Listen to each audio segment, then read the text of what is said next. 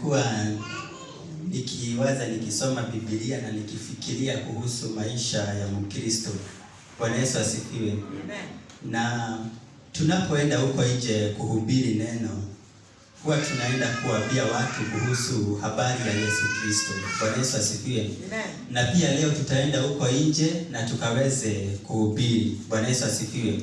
Na injili ambayo tunaenda huko nje kupeleka ni injili ya upendo wa Bwana wetu Yesu Kristo. Bwana Yesu asifiwe.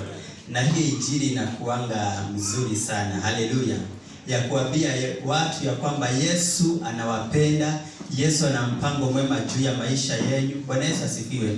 Na watu wanaposikia watu wakitangaza kuhusu Yesu na kuhusu mpango wa Mungu na upendo wa Mungu juu ya maisha yao, wanategea sikio na wanasikia. Bwana Yesu asifiwe.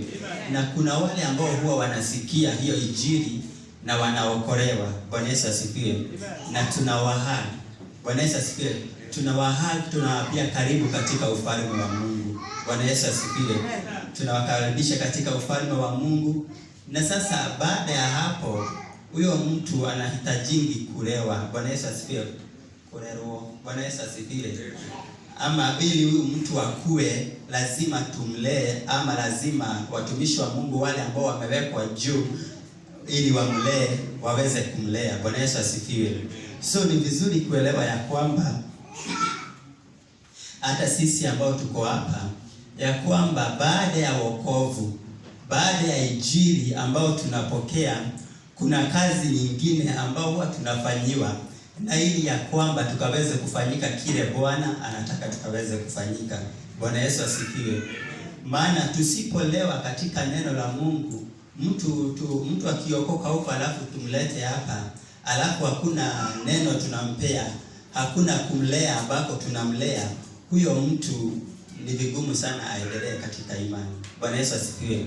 Na kusudi la Mungu ni ya kwamba Yesu akisha tuokoa, tunaingia katika ufalme wa Mungu. Tunafaa tuelewa sasa huu ni ufalme mwingine, na ni lazima tuenende katika njia zile ambazo Bwana anataka tukaenende. Bwana Yesu asifiwe.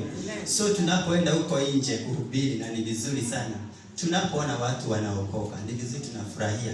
Haleluya. Hata Biblia inasema ya kwamba huko mbinguni malaika huwa wanashangilia. Haleluya. Ni kwa ajili ya nafsi moja ambayo imekuja kwa Yesu. Haleluya. Wakishangilia hivyo, kuna matarajio mengine. Bwana Yesu asifiwe. Hata hao malaika huwa wanatarajia huyu mtu akuwe mshindi siku moja. Bwana Yesu asifiwe. Wanatarajia huyu mtu ya kwamba katika ile safari ambao ameanza, kuna ushindi ambao baadaye atapata. Bwana Yesu asifiwe. Na target ambayo ya Mkristo wote ni kuwa na uzima wa milele. Bwana Yesu asifiwe. Lakini sasa kukuwa na uzima wa milele, before tufike hapo, kuna mambo ambayo tunafaa tuwakilishe hapa duniani. Bwana Yesu asifiwe. Wakati Yesu, kuna kitambo nilikuwa nasikia watu juu ya mashida ambao walikuwa wanapitia, walikuwa wanasema kwamba siku ambayo nitakufa nitafurahia sana. Bwana Yesu asifiwe. Sababu huyo mtu amepitia mashida. Bwana Yesu asifiwe. Lakini sasa anatamani wakati atakufa ili haya mashida yamtoke. Bwana Yesu asifiwe. Lakini Yesu alipokuwa anaenda alisema he is coming for a glorious church. Bwana Yesu asifiwe. Yesu anaweza kujia kanisa lililo dhaifu, linatamani liondoke tu juu ya mashida ambayo yako. Bwana Yesu asifiwe. Si hivyo, Yesu alisema kwamba he is coming for a glorious church. Haleluya. Ama kanisa ambalo limeshinda. Bwana Yesu asifiwe. Na sisi katika ili ushindi huu ambao tutashinda, ni lazima hapa duniani tushinde, hapa duniani tukue na mamlaka na tutawale. Haleluya. Katika hii dunia, ili ya kwamba tukienda huko mbinguni tutakuwa watu ambao wameshinda. Haleluya. So ni vizuri kuelewa ya kwamba baada ya mtu kuokoka, ni safari gani ambayo tunafaa kuenenda, na ili tukaweze kukua na kutimiliza makusudi ya Mungu. Bwana Yesu asifiwe. Yesu haangaliangi tu nafsi tu iokoke, alafu ikae hivyo agoje tu wakati Yesu atarudi. Bwana Yesu asifiwe. Anataka ukishaokoka, fanyia Mungu kazi. Haleluya. na ili ya kwamba ukaweze kukua. Bwana Yesu asifiwe. So kama vile nimesema ya kwamba mtu akishaokoka, tukienda huko tukiombea mtu na aokoke, na mtu alikuwa mlevi. Bwana Yesu asifiwe. Mlevi akiombewa na aokoke, alafu tumwache hivyo, unadhani sasa ulevi itamuondoka tu? Atarudi tu kule kwa ulevi. Bwana Yesu asifiwe. Lakini kuna mtu mwenye anaweza kuwa akiwa mlevi na analetwa kanisani, na unaona siku kadha anajificha, anakunywa kasigara, alafu anarudi, lakini huyo mtu bado anatamani. Bwana Yesu asifiwe. Sisemi hivi atili kukampenia timu baada ya wokovu dhambi iendelee, lakini mtu polepole anaedanga akirekebishwa. Bwana Yesu asifiwe. Akifanyiwa kazi na kufunzwa neno la Mungu. Bwana Yesu asifiwe. Wacha nianzie na kitabu cha Mitume ama the book of Acts 2 mstari wa 40. Nitasoma Biblia ya Kiswahili.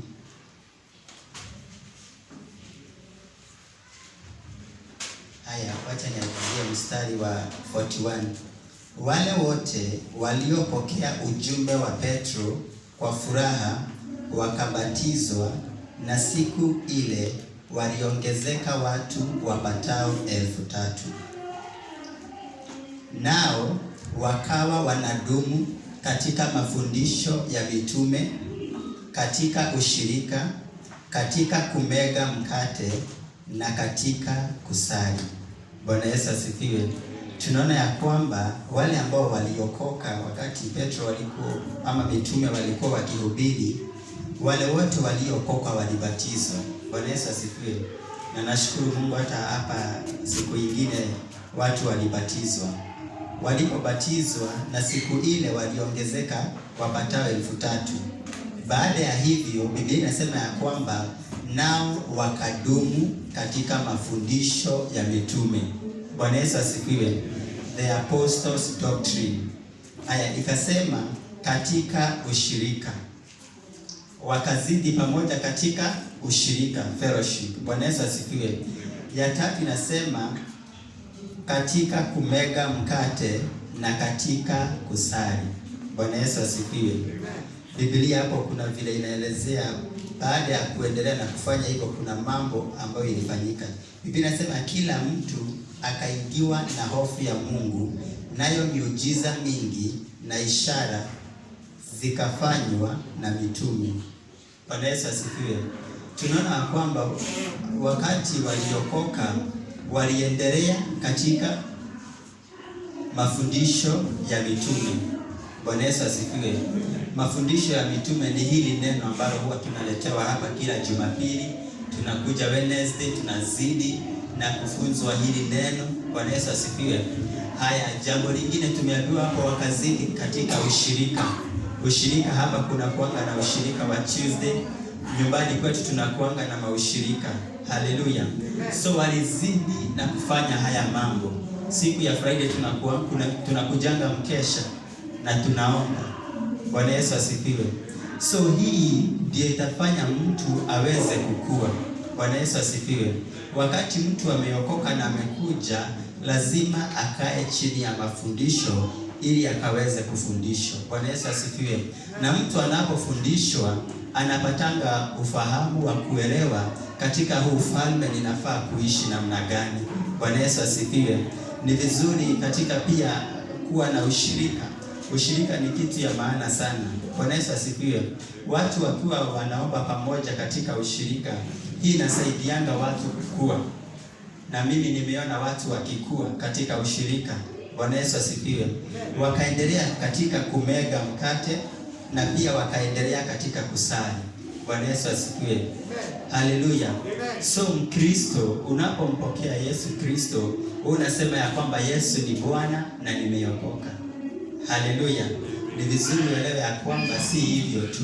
Baada ya kuokoka na kuwa Mkristo, unastahili kufanya nini? Bwana Yesu asifiwe.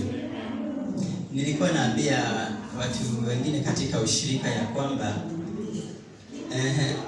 wakati tumeokoka na tumeingia katika ufalme, na ni lazima tuenende kulingana na principles ya ufalme huu. So na sisi lazima tuelewe huu ufalme.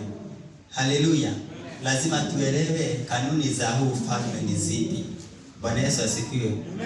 Zamani nilikuwa naelezea kwamba ulikuwa unaona mzazi akinunua redio inakuanga na menu. Na hiyo menu ni ya kukusaidia vile utaweza kuoperate hiyo redio. Bwana Yesu asifiwe. So unaona hashidadili na hiyo menu. Bwana Yesu asifiwe. So anang'ang'ana kuseta, na shida ina seti yangu aje, hata anaita mtu akuje amsetie. Bwana Yesu asifiwe. Lakini sababu hakuangalia menu inasema aje, hii kitu inafaa kufanywa aje. Bwana Yesu asifiwe. So ni vizuri pia katika ufalme tujua kwamba menu ambayo tuko nayo ni hii. Bwana Yesu asifiwe. Ni neno la Mungu na ndilo la kuweza kutusaidia kufanya kazi yake. Bwana Yesu asifiwe. Haya, tukiendelea, ningetaka tuangalie katika kitabu kingine, in the book of Ephesians chapter 4, ama Wafilipi 4.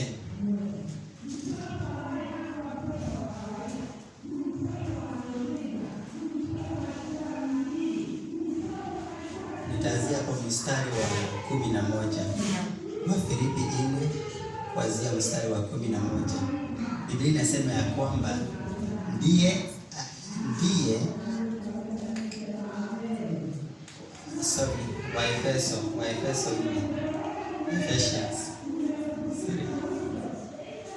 Waefeso 4 mstari wa 11, Biblia inasema ndiye aliweka wengine kuwa mitume, wengine kuwa manabii, wengine kuwa wainjilisti, wengine kuwa wachungaji na walimu. Bwana Yesu asifiwe. Biblia inasema ya kwamba Yesu aliwachagua wengine kuwa manabii, wengine kuwa mitume, wengine wainjilisti, wachungaji na walimu. Kwa kusudi gani? Kwa kusudi la kuwakamilisha watakatifu kwa ajili ya kazi ya huduma, ili kwamba mwili wa Kristo upate kujengwa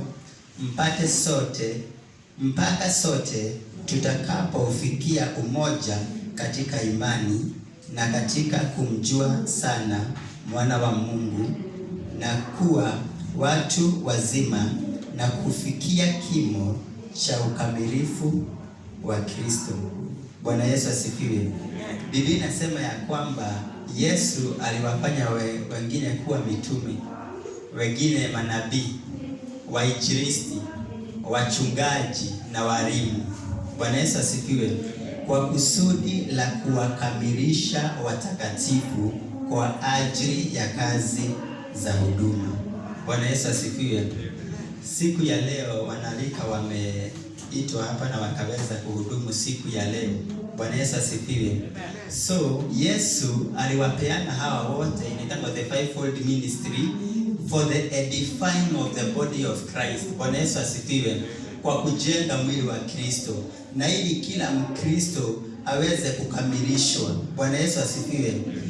Aweze kukamilishwa kwa ajili ya kazi ya huduma. Bwana Yesu asifiwe. So wewe ukiwa Mkristo hapo na ushaokoka, umekuja katika kanisa, ni vizuri uelewe ya kwamba Yesu alipeana hawa watu watano. Bwana Yesu asifiwe. Na aliwapeana ili kukujenga wewe ukue mkamilifu, ni kwa ajili ya kazi ya huduma. Bwana Yesu asifiwe. So ili tufanye hii huduma, lazima tufanywe na tukamilishwe. Bwana Yesu asifiwe. Lazima tupitie mafundisho. Bwana Yesu asifiwe. Lazima tujue kwamba ukiambiwa ni kuongoza praise, unafaa kuongoza na njia gani? Bwana Yesu asifiwe. Hiyo unafaa ujue. Bwana Yesu asifiwe. Kama ni kuliachilia neno, unaliachilia neno, lazima ufunzwe ili ukuwe mkamilifu. Ni kwa sababu utafanya kazi ya huduma, utafanya kazi ya Mungu. Bwana Yesu asifiwe. mahali huwa ninafanya kazi tunakuanga wengi, na mtu akikuja mgeni lazima kwanza afunzwe hiyo kazi, ili sasa aweze kufanya ile kazi. Bwana Yesu asifiwe. Kuna machini huwa tunafanya nazo kazi. So mtu akikuja akiwa mgeni, ajua akae katika hiyo machini, anaharibingi vitu mingi sana. Bwana Yesu asifiwe. Na so lakini mtu anapofunzwa huwa anafunzwa na anajua. Na mtu akikuwa hapo unakuwa huna wasiwasi. Bwana Yesu asifiwe. Sababu unajua huyu akikuwa hapo hawezi haribu. Bwana Yesu asifiwe.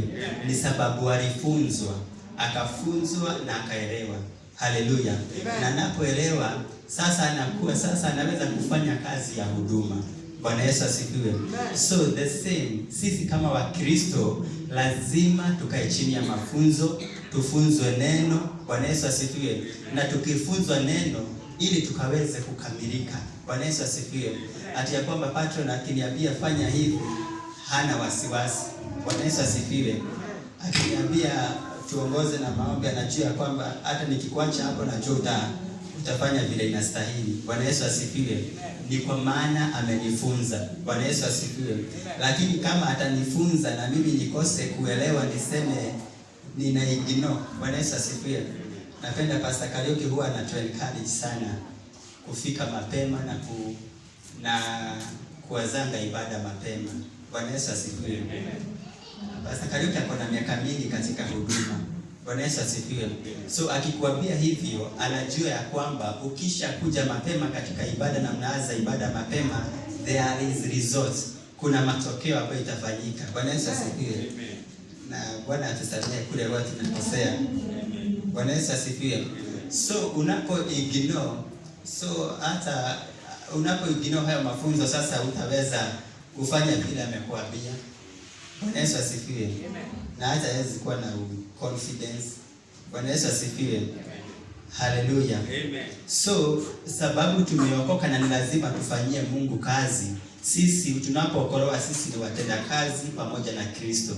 Na ili tutende hii kazi ya Yesu lazima tujue jinsi tunavyostahili kuitenda. Bwana Yesu asifiwe. Biblia inasema ya kwamba tukiendelea kwa kusudi la kuwakamilisha watakatifu kwa ajili ya kazi ya huduma, ili kwamba mwili wa Kristo upate kujengwa. Bwana Yesu asifiwe. Tunakamilishwa ili mwili wa Kristo uweze kujengwa. Bwana Yesu asifiwe. Wewe ukiwa jicho, mwingine ni mguu, mwingine ni mkono. Bwana Yesu asifiwe. Sisi wote ni mwili wa Kristo. Na sisi wote tunafanya kazi tofauti. Bwana Yesu asifiwe. Na tunapofanya kazi tofauti tunajenga mwili wa Kristo. Bwana Yesu asifiwe. Na kazi ya Mungu inaendelea. Maana hilo ndilo kusudi la Mungu. Mwili wa Kristo ukaweze kujengeka. Bwana Yesu asifiwe. So ni vizuri kuwa na maarifa ya kufanya kazi ya Mungu ni neno la Mungu. Bwana Yesu asifiwe. So kwa hivyo huwezi ishi bila maarifa. Bwana Yesu asifiwe. Kuna watu baada ya kusoma hapa kanisani, kama vile nimesema, tuko viungo vingi. Kina Dongo na wale hapa huwa wanapiga keyboard. Bwana Yesu asifiwe. Na huwa wanatuelekeza, wanatuambia tukienda off key wanatuelezea. Bwana Yesu asifiwe. So nilikuwa ninaananga vile wale wanafinya hiyo keyboard.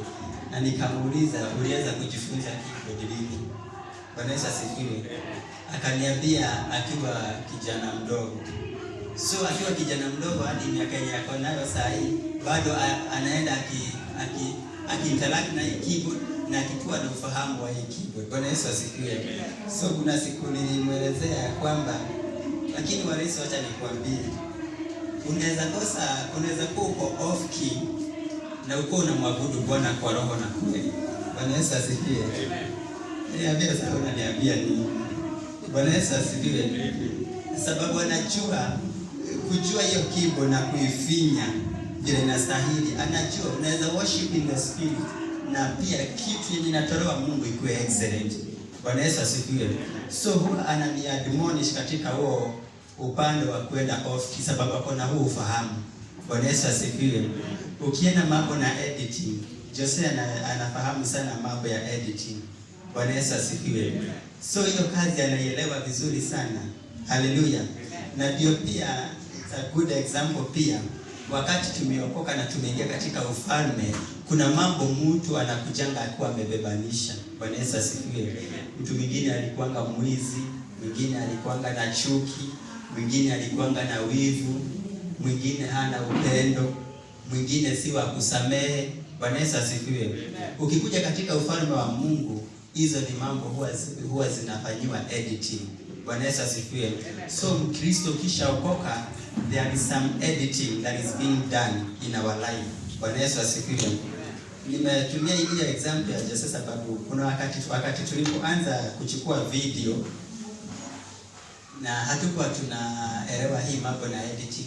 So tulikuwa tunachukua video na tuna upload. Bwana Yesu asifiwe. So tukiupload video, ulikuwa unaona mwenye anahubiri sasa ametoka akiwa mnono hivi, amejaa kwa screen yote. Bwana Yesu asifiwe. Sababu hakuna editing ilikuwa inafanyiwa. Bwana Yesu asifiwe. Lakini saa hiyo na wacha nikwambie kazi ya editing, kama tunaweza uliza Jose na wale wengine huwa wanafanya editing, kazi ya editing si rahisi. Bwana Yesu asifiwe. Editing inakuwa ni kazi ngumu sana. Bwana Yesu asifiwe. Sababu lazima uchukue wakati wako, unasikiza video, ukisikia mahali kuna makosa, unatoa hiyo makosa. Bwana Yesu asifiwe. Unaendelea. Ukisikia mahali pengine kuna makosa, unaondoa. Bwana Yesu asifiwe. So sasa unarudi tena sasa usikize yote. Unasikiza hapo hapo pazuri, nilitoa hiyo makosa, nilitoa hii. Bwana Yesu asifiwe. Sasa baada ya kutoa, kuna kazi nyingine anafanyanga. Script yenye pastor ametaja hapa, anaiandika hapo. Bwana Yesu asifiwe. And your faith add wisdom, add virtue. Hallelujah. Akisikia kuna namba imetajwa hapa, anaiweka hapo. Bwana Yesu asifiwe. Anaitengeneza, inaanzia vizuri na inamalizikia vizuri. Anatengeneza sauti. Hika kitu ni ya kutengeneza sauti. Anatengeneza sauti inakuwa clear. Bwana Yesu asifiwe. So na Mungu akubariki Jose sababu unafanyanga kazi nzuri. So Mkristo pia tunafanywa kazi namna hiyo. Haleluya. Na sio lazima tukubali editing. Haleluya. Kuna mambo iko ndani yetu itatolewa. Bwana Yesu asifiwe. Na itatolewa na hii neno na the apostles doctrine. Bwana Yesu asifiwe. Mhubiri akuje hapa Sunday ya leo ahubiri kuhusu upendo. Bwana Yesu asifiwe. Ahubiri kama hukuwa na upendo, si unaweka upendo. Haya, kama ulikuwa mtu wa wivu, akihubiri hapa una edit wivu. Bwana Yesu asifiwe. Kama ulikuwa mtu wa kuhusiana, lazima ukubali editing. Haleluya. Na ile editing inafanya inaondolewa, uovu wote unaondolewa, na ili ya kwamba tukaweze kukamilika. Bwana Yesu asifiwe. Hivyo ndivyo Wakristo ama watakatifu wanakamilishwa katika kazi ya huduma. Bwana Yesu asifiwe. Maana tusipofanyiwa hiyo editing, hata tukienda kuambia wale watu wengine, kama mimi ni mtu ambaye sisamehei watu wengine na nipate wengine wamekosana, utawaambia aje sameheaneni? Bwana Yesu asifiwe. Hata kama ni upako sasa, hata hiyo utaambukiza upako wa kutosameheana zaidi. Bwana Yesu asifiwe. Sababu tunapeana kile ambacho tuko nacho. Bwana Yesu asifiwe. So kila wakati ni vizuri tujue katika maisha ya Mkristo there is some editing that is being done and there is something that we need to add and others tunaondoa. Bwana Yesu asifiwe. Na ili ya kwamba tuwe watu waliokamilika wa kulifanya kazi ya Mungu. Bwana Yesu asifiwe. Kitabu kingine ningetaka tuangalie ni kitabu cha 2 Timothy 3. Ni neno ambalo tunalijua sana. 2 Timothy 3 verse 16.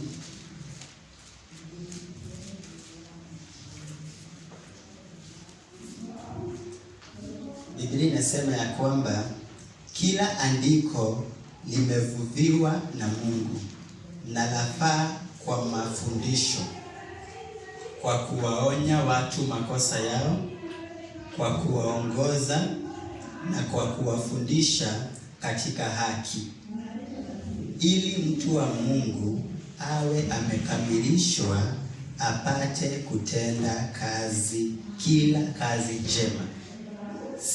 Si kutenda kazi, lakini aweze kutenda kila kazi njema. Bwana Yesu asifiwe. So ili tuweze kutenda kila kazi njema, lazima tulikubali kila andiko. Bwana Yesu asifiwe. Andiko unalikubali, maana Biblia inasema limevuviwa na Mungu na lafaa kwa mafundisho. Bwana Yesu asifiwe. Lingine linasema lafaa kwa kuwaonya watu makosa yao. Bwana Yesu asifiwe. Tunakuwa na makosa na huwa tunaonywa. Bwana Yesu asifiwe. Na ni neno la Mungu huwa linatuonya. Biblia inasema ya kwamba kwa kuwaongoza na kuwafundisha katika haki. Bwana Yesu asifiwe. Hili andiko la Mungu ndilo la kutuongoza, ndilo la kutuonya. Bwana Yesu asifiwe. Ndilo la kutufundisha katika kila haki. Bwana Yesu asifiwe. Na tunaonywa.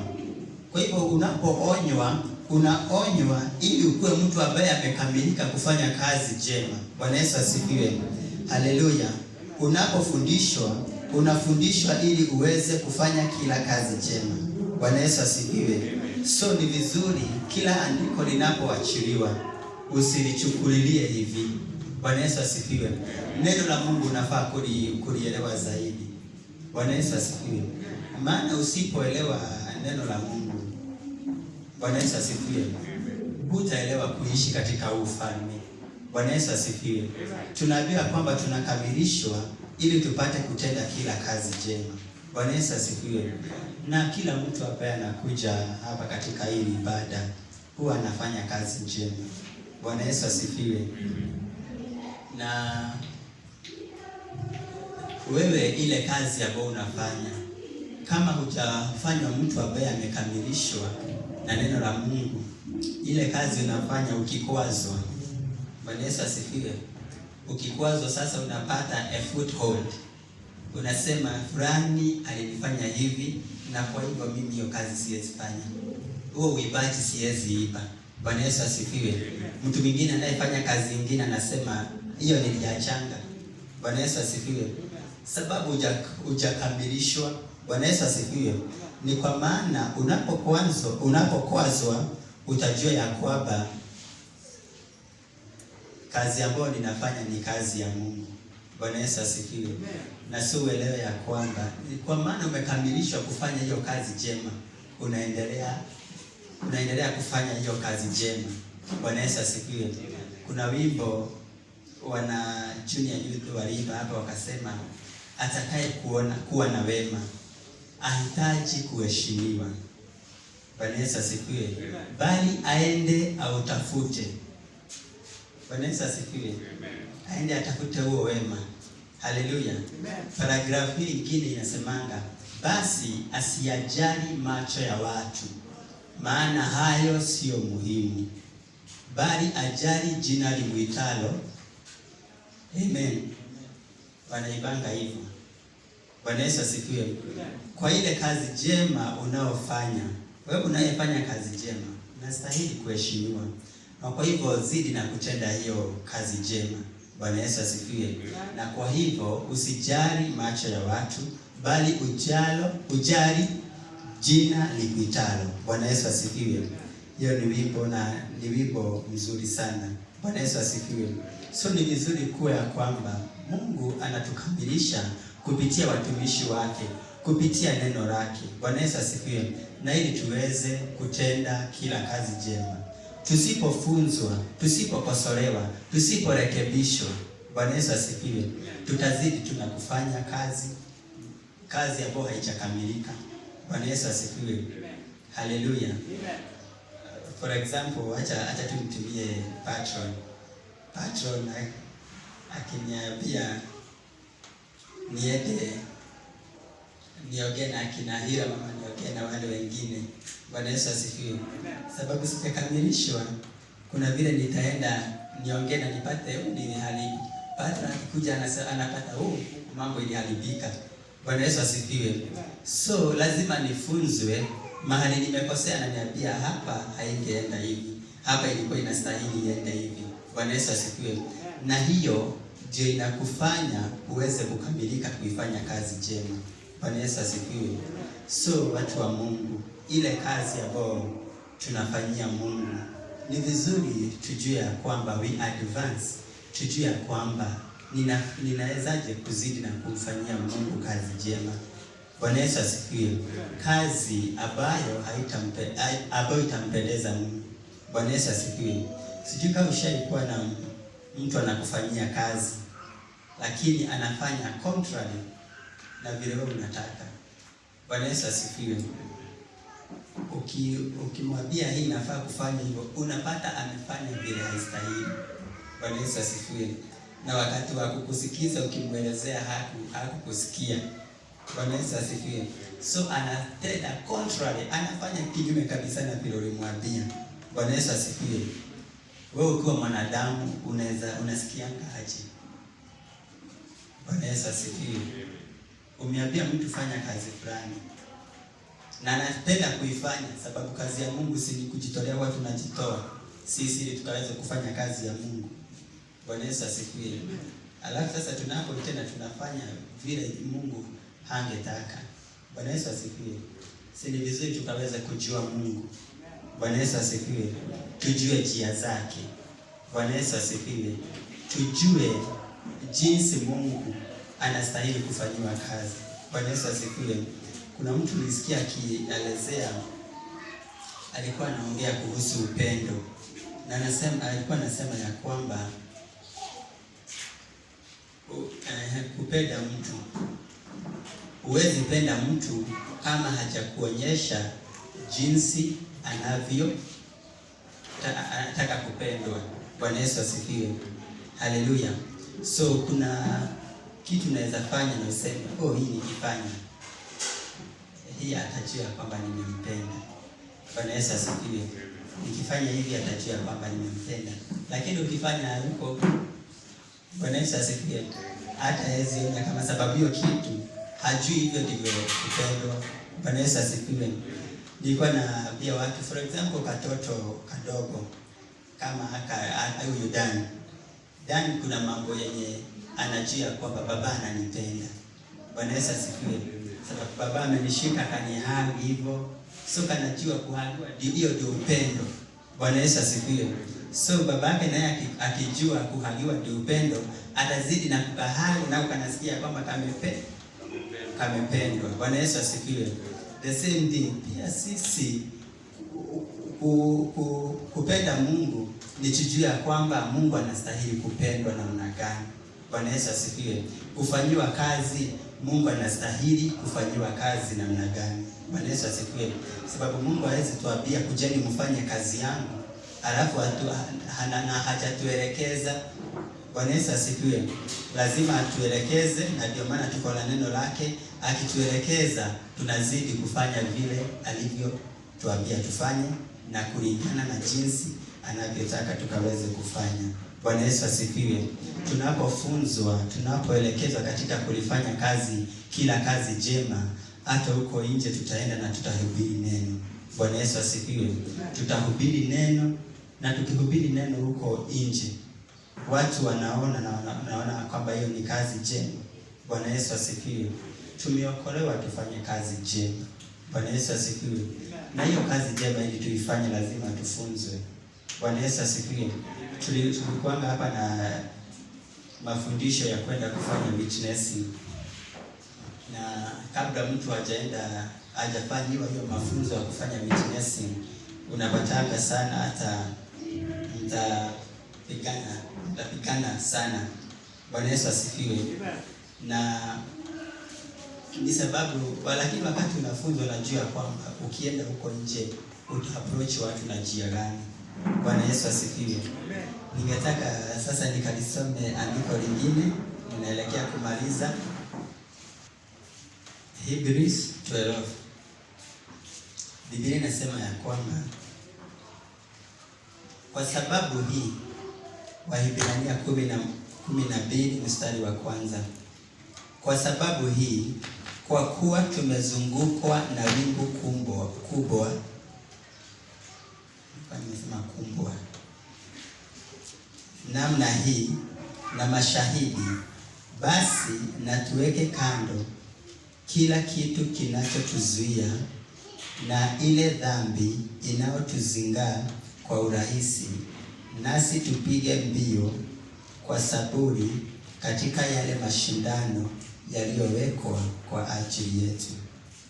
Basi na tumtazame sasa Yesu, mwanzilishi na mkamilishaji wa imani yetu, yeye ambaye kwa ajili ya furaha iliyowekwa mbele yake alistahimili msalaba bila kujali aibu au huo msalaba, naye ameketi mkono wa kuume wa kiti cha enzi cha Mungu. Bwana Yesu asifiwe.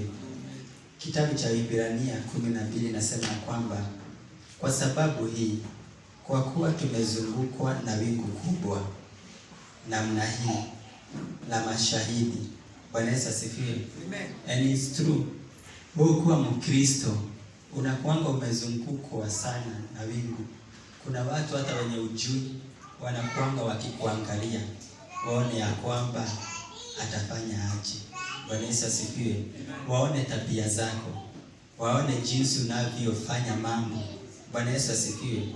So tunaambiwa kwamba kwa kuwa tumezungukwa na hilo kundi la mashahidi, tunaambiwa kwamba tuzieke kando kila mzigo na kila dhambi inayotuzingaa kwa urahisi, nasi tupige mbio kwa saburi kwa yale mashindano yaliyowekwa kwa ajili yetu. Bwana Yesu asifiwe. Kuna mbio ambayo iko mbele yetu. Bwana Yesu asifiwe. Na ni lazima tushindane hilo mbio. Bwana Yesu asifiwe. That race lazima tukibie na tukaweze kushinda. Bwana Yesu asifiwe.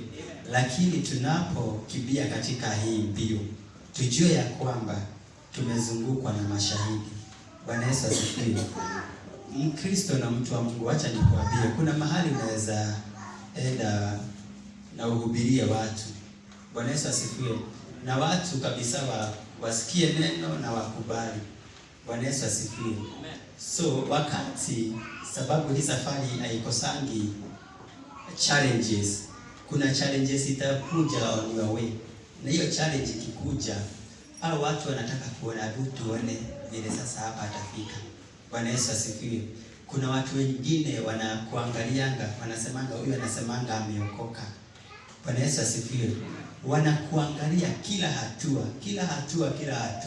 wanakuanga wakikuangalia. Bwana Yesu asifiwe. Lakini ningeomba ya kwamba wanapotuangalia, wacha hata mwisho waweze kuelewa ya kwamba kweli huyu mtu alikuwa mtu wa Mungu. Bwana Yesu asifiwe. Haleluya. Nafurahianga juu ya patron huwa anatupea testimony hapa. Bwana Yesu asifiwe. Askari wanakuja wanamshika, wanampeleka huko. Bwana Yesu asifiwe. Sasa watu lazima, sababu wanajua obvious watu wanapenda kuhongana, watamwanga acha tuone. Acha tuone kama hatatoa, juu anasemanga haezi. Bwana Yesu asifiwe. Wanakuangalia. Wewe unapitia hiyo yote. Hiyo matatizo yote unapitia na unaibuka kwa ushindi. Bwana Yesu asifiwe. Na hapo wanasema kweli huyo mtu ni mtu wa Mungu. Bwana Yesu asifiwe. Anashikwa tena. Bwana Yesu asifiwe. Anatafutia watu battery. Bwana Yesu asifiwe. Na watu wanaangalia, sababu wanajua kwamba vile sisi tunafanyanga, tunataka tuone kama huyu mtu atafanya hivi. Lakini anafanya kinyume kulingana na mapenzi ya Mungu. Hafanyi kama wao. Bwana Yesu asifiwe. Na wanakuangalia hivyo, na baadaye wanashuhudia. Bwana Yesu asifiwe. So tunapoanza safari ya imani, kuna challenges tutapatana nazo. Kuna dhihaka tutapatana nazo. Bwana Yesu asifiwe. Lakini hizi dhihaka zote zenye tutapitia, tunafaa tujue kwamba tunamtazamia Yesu aliye mwanzilishi na mkamilishaji wa imani yetu. Bwana Yesu asifiwe. So ningetaka kusema pia, kijana wewe uko hapo, kuna mtu huwa anakuangalia hivi, anasema ya kwamba huyu kijana hata tuone kama atashinda. Bwana Yesu asifiwe.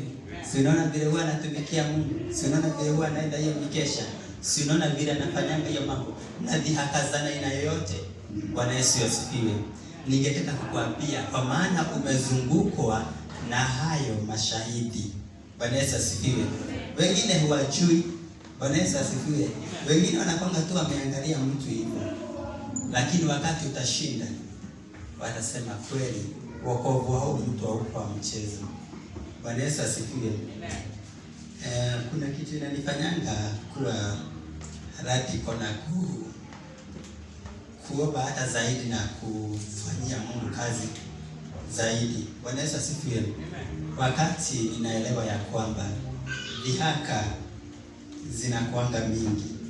Bwana Yesu asifiwe. So ukielewa hivyo, ujue si watu wote wanakwamba wamekutazamia hivi. Bwana Yesu asifiwe. Wengine wanauliza maswali juu ya wokovu wako. Anaendanga huko kanisani, anafanyanga hivi, anaendanga ushirika. Bwana Yesu asifiwe. Kuna mashahidi wanaangalia waone ya kwamba atashinda. Wengine watasema hapo hakuna mtu anapitanga. Bwana Yesu asifiwe. Lakini utakapopita, utukufu kwa Mungu, sababu itakuwa ya kwamba huyu mtu tulimuona akiazia na tunaona yale Mungu anaomtendea. Bwana Yesu asifiwe. So kwa ile kazi njema unayofanyia Mungu, zidi na kumfanyia Mungu, na wacha tuwe barua ambazo ukienda huko nje mtu anakusoma na anajua ya kwamba huyu mtu ni mtu wa Mungu. Bwana Yesu asifiwe. Tukiwa huko nje, wacha tuwakilishe Mungu. Bwana Yesu asifiwe. Hiyo ni kazi njema. That is the work of a discipleship. Bwana Yesu asifiwe.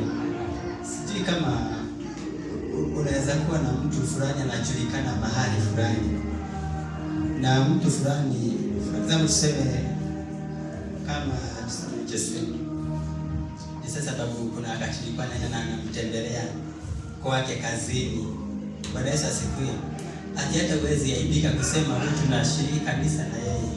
Bwana Yesu asifiwe. Sababu vile amewakilisha Yesu mahali yako, unaona ya kwamba hata huaibiki. Bwana Yesu asifiwe. Lakini kuna mtu utashinda ukisema Bwana Yesu asifiwe, ati fulani tunashiriki na yeye. Bwana Yesu asifiwe. Sababu na yeye kutetea Yesu hatetei Yesu hata kidogo. Bwana Yesu asifiwe. Anafanya mambo watu wanashangaa wakisema huyu ameokoka. Bwana Yesu asifiwe. So ningetaka tufanye kazi njema na tuzidi kujua kwamba apostles doctrine, fellowship, prayer, hizi zote lazima tuzidi na kudumu kufanya haya mambo, maana itatusaidia kuwa watu ambao wamekamilika kufanya kazi njema. Bwana Yesu asifiwe. Na wacha nikwambie, huwezi fanyia Mungu kazi halafu Mungu naye anakuacha. Bwana Yesu asifiwe. Biblia inasema ya kwamba he is the reward of those who diligently seek him. Bwana Yesu asifiwe. So ile kazi unaofanyia Mungu, fanya tu kwa upendo. Fanya tu, jaribu vile utafanya hiyo kitu ikaweze kuwa perfect, ni kwa ajili ya Mungu. Na wakati wa malipo Mungu lazima akulipe. Bwana Yesu asifiwe. So Bwana awabariki na Bwana awainue. Haleluya. Amen. Neno la leo nimeliachilia namna hiyo. Sitawaambia receive.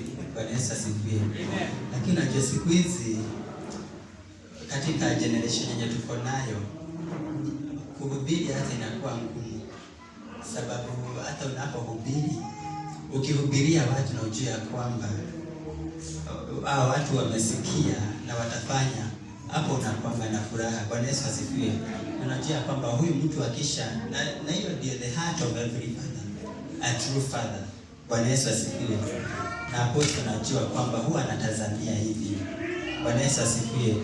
ya kwamba anaangalianga huyu Kristo, si Mungu tu amsaidie katika hii maeneo inamsumbua, si ajue tu ukweli. Akijua ukweli afanye vile inastahili, akifanya mambo inabadilika. Bwana Yesu asifiwe. Lakini tusipoelewa kweli na tufanye mambo bila kweli, Bwana Yesu asifiwe, tutalemewa. Bwana Yesu asifiwe. Na sasa mtu anashindana kwa sasa, huyu atafika wakati ni ajue ukweli. Bwana Yesu asifiwe. So hiyo inakuanga ni huzuni ya kiongozi wote. Bwana Yesu asifiwe. Sababu anajua mambo ambayo itatokea. Bwana Yesu asifiwe. Nilikuwa nasoma katika kitabu cha Acts 20 from verse 32. Bwana Yesu asifiwe. Acha tu nimalize na hiyo, sababu nilikuwa nimesahau na hiyo, lakini sasa hiyo tutamaliza nayo ili tukaweze kuinuka na tukaweze kuomba. Acts 20 verse number 32. Mnikubalishe tu tuanzie hapo juu, msikie vile Paulo alikuwa anasema.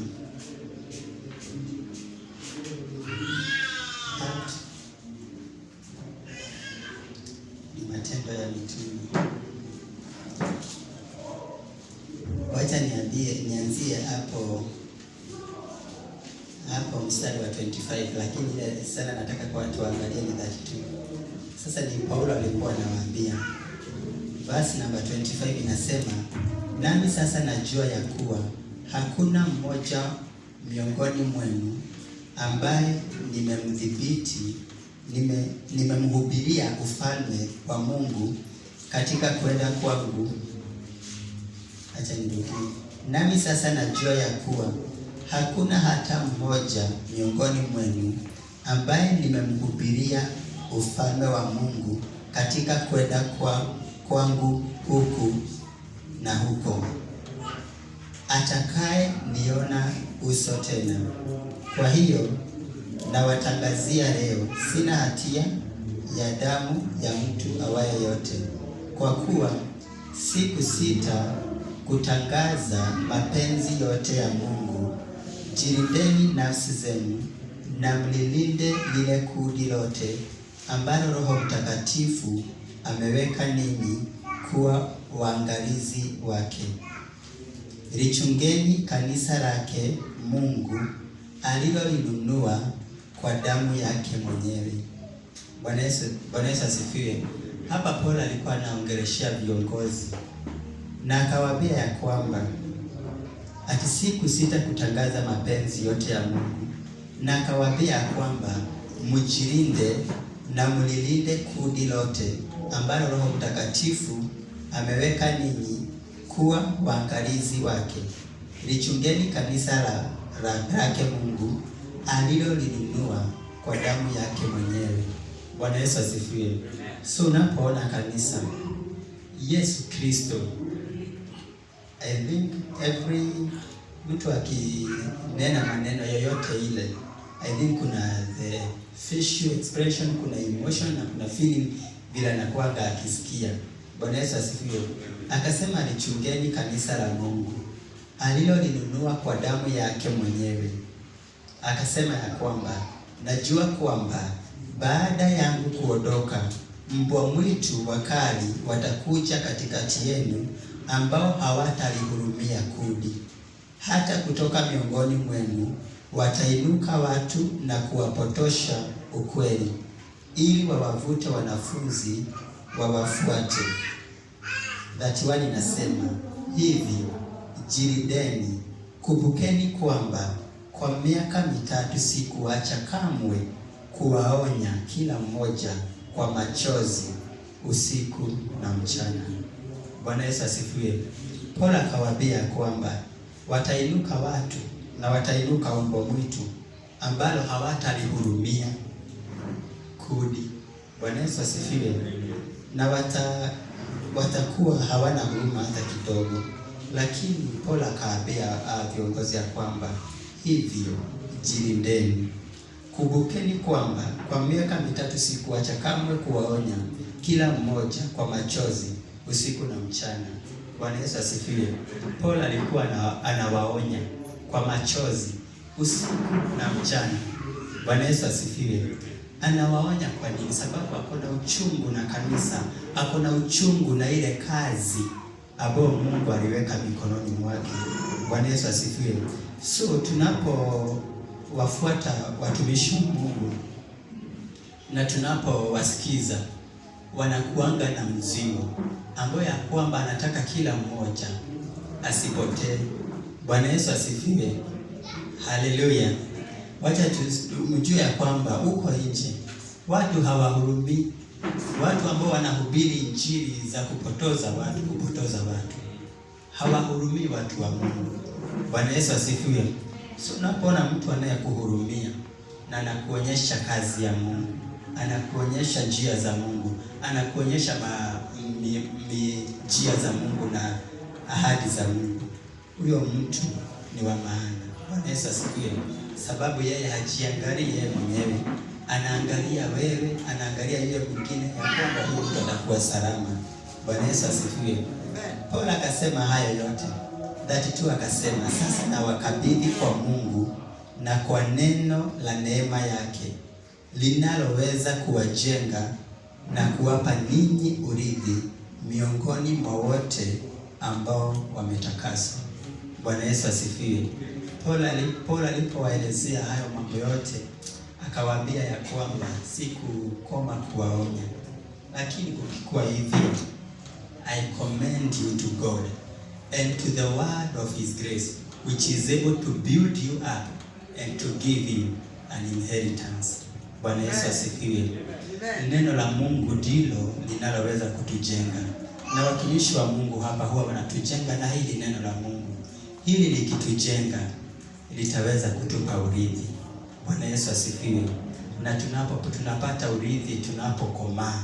Bwana Yesu asifiwe. Tunapokamilishwa. Bwana Yesu asifiwe. Ndio tunapewa urithi. Mtoto akiwa mchanga hapatiwi urithi. Bwana Yesu asifiwe. Lakini anapokomaa anapewa urithi. Bwana Yesu asifiwe. Situsimame tuambie Mungu atusaidie. Tuambie Mungu atusaidie katika ile kazi njema ambayo ametuitia, tukazidi na kuifanya. In the name of Jesus. Nenda mbele za Bwana. Ambia Mungu akusaidie. Ambia Mungu akupe hekima. Ambia Mungu akupe ufahamu. Ambia Bwana akusaidie kujua njia zake, kuelewa mapenzi yake. Hii ni kazi ya Mungu. Hii si kazi yangu, hii si kazi yako, ni kazi ya Mungu. Orobo shanda rababo sharabayande. Jesus, we love you. Sharabarabariando robo zikato robo shanda. Bwana tunakuomba kama vile neno lako Bwana tumelisikia. Hili neno ndilo laweza kutujenga na kutupa urithi. Bwana Jehova Mungu, ni asante, ni kwa maana uliwachagua wengine kuwa mitume, manabii, wainjilisti, wachungaji na walimu, na ili kulijenga mwili wa Kristo na kuwakamilisha. Oroboshanda rabarabo shirabayande. Baba, hili ni ombi letu ya kwamba tukazidi na kukujua, tukazidi na kukufahamu, tukaelewe mapenzi yako Bwana, ili Bwana tukaweze kukamilika katika kuifanya kila kazi njema. In the name of Jesus Christ. Oroboshanda masekatarabayande. Tusaidie Bwana katika kuifanya kazi yote njema. Bwana, wale ambao wanafanya katika uimbaji, katika Bwana uongozi, katika Bwana mahubiri, katika Bwana ushering, in every department, just pray God and ask God to help you. Oroboshande rebarabashande. Ask God to help you. Hawezi peke yako. Oroboshira barabashande remazekataya. Help us our God. Help us our Father. It is our heart cry, Jehovah my God, that we may understand you, that we may know your ways, in the name of Jesus Christ. Bwana, tumelewa ya kwamba baada ya wokovu kuna safari ya imani ambayo Bwana anataka tukaweze kukua.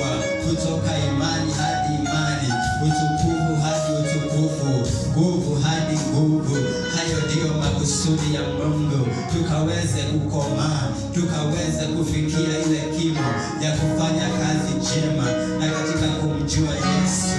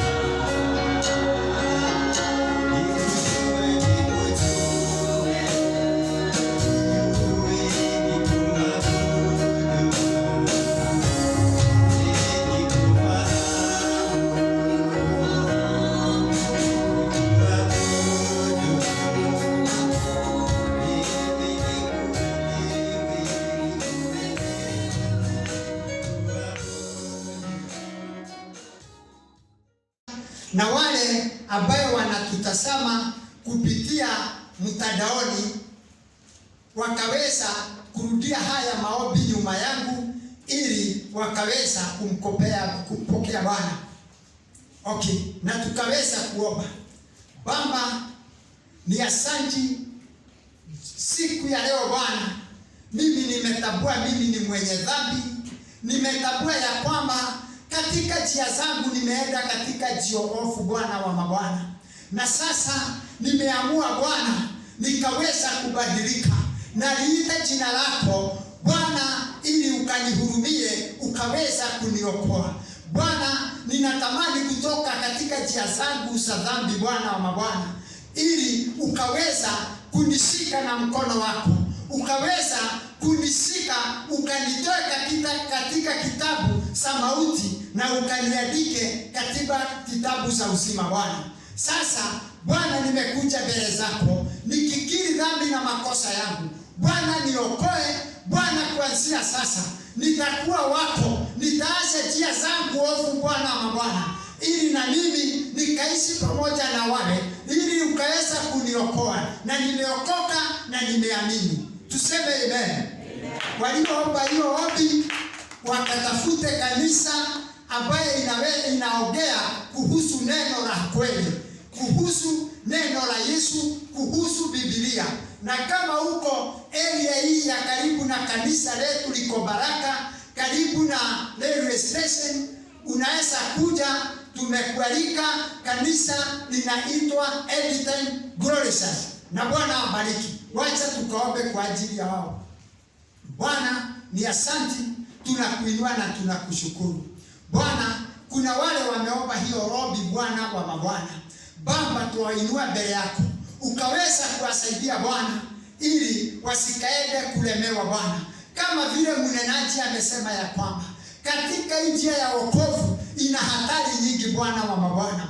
Mtu asiposhikiliwa Bwana, mtu asipokaa katika mafundisho, tumeambiwa ya kwamba kule nje kuna mbwa mwitu na atawalarua Bwana wa mabwana. Sasa tuomba ukaweka ukuta, neema yako ikapate kuwatosha, ili wakaweza kudumu katika mafundisho na njia zako, na ni katika jina la Yesu Kristo.